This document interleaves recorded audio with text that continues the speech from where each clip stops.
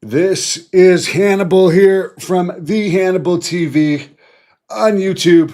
551,000 plus subscribers. Thank you. And today I'm going to do a review of the Elimination Chamber pay-per-view, but the most entertaining wrestling match from last night was actually the Real American Freestyle Wrestling. Let's take a look here. There was a match in Arizona that turned into an absolute brawl. This is Eric Bischoff's wrestling league for amateur wrestling that got it a lot more exciting than anything we've seen in pro wrestling for a while. Punches started to get thrown on the mat. Then the corners started jumping in. I believe this was the 6th event for Real American Freestyle Wrestling, and this goes on. But yeah, I mean, we need more realism in pro wrestling and more action, I think.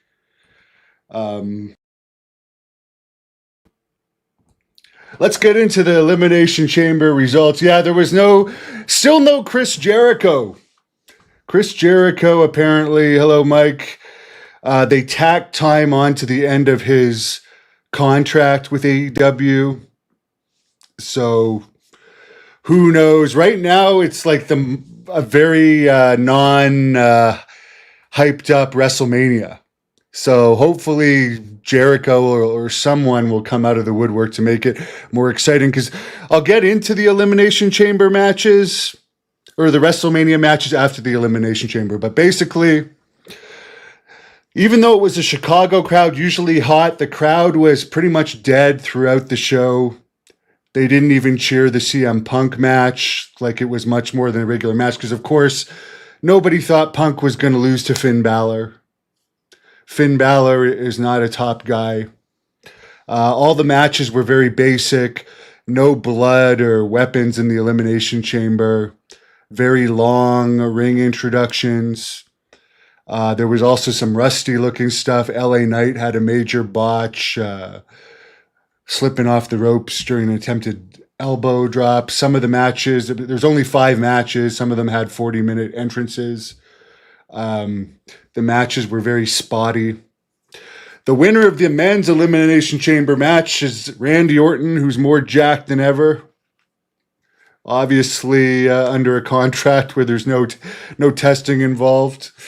Women's Elimination Chamber, Rhea Ripley won. CM Punk, no surprise, beat Finn Balor.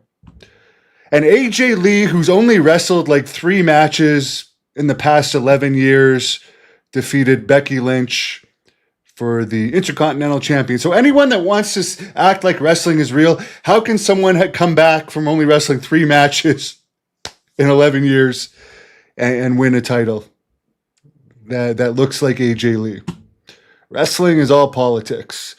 And then Danhausen debuted. And I will say this.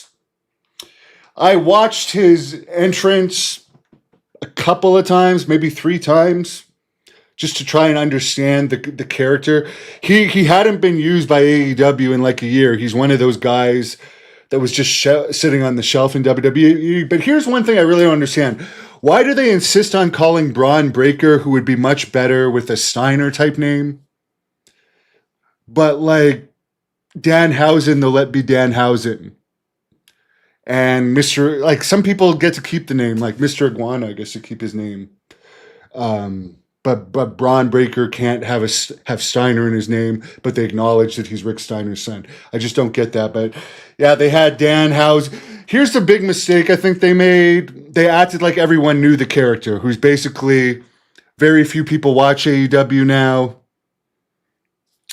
And some are familiar with him from the indies.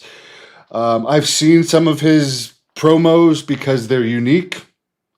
But like they gave him a big entrance where he gave a can of teeth or a jar of teeth to Michael Cole, who, by the way, Michael Cole said the crowd was dead twice on camera during the during the broadcast, which is weird. You don't want to acknowledge that the crowd is dead.